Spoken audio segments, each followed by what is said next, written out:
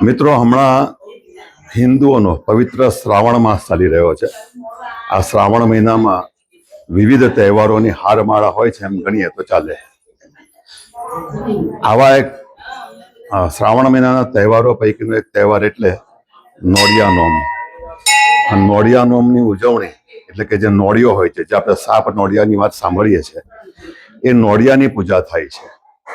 એ પૂજા કઈ રીતે થાય છે, શું થાય છે, આપણને જણાવશે આ ગાયત્રીનગરમાં આવેલ જલારામ મંદિરના પ્રમુખ શ્રી ખુશાલભાઈ।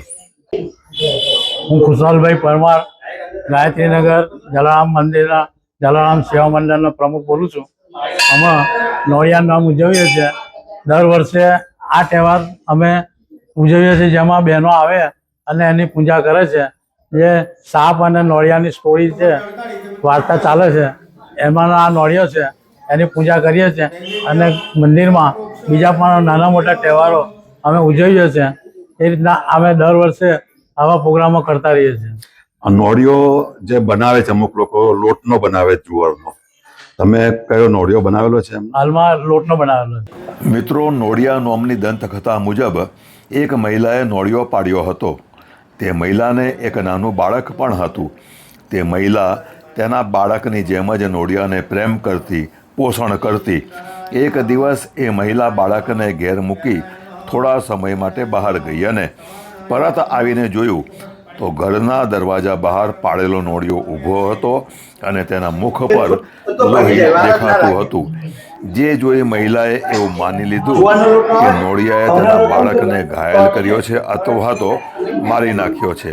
એવું વિચારી તે મહિલાએ નોળિયાને મારી નાખ્યો અને ઘરમાં ગઈ તો જોયું કે તેનું બાળક તો હેમખેમ હતું અને તેની બાજુમાં એક મરેલો નાગ પડ્યો હતો।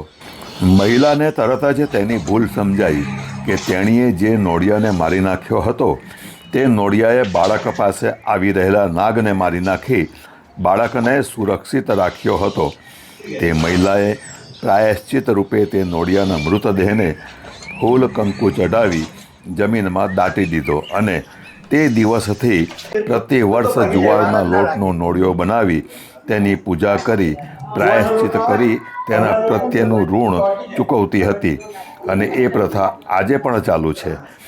આ ઘટના એટલે કે આ દંતકથા એવો પણ બોધ આપે છે કે કોઈ પણ બાબતે પૂરી વાત જાણ્યા સમજ્યા વિના ઉતાવળે કોઈ પગલું ભરવું નહીં।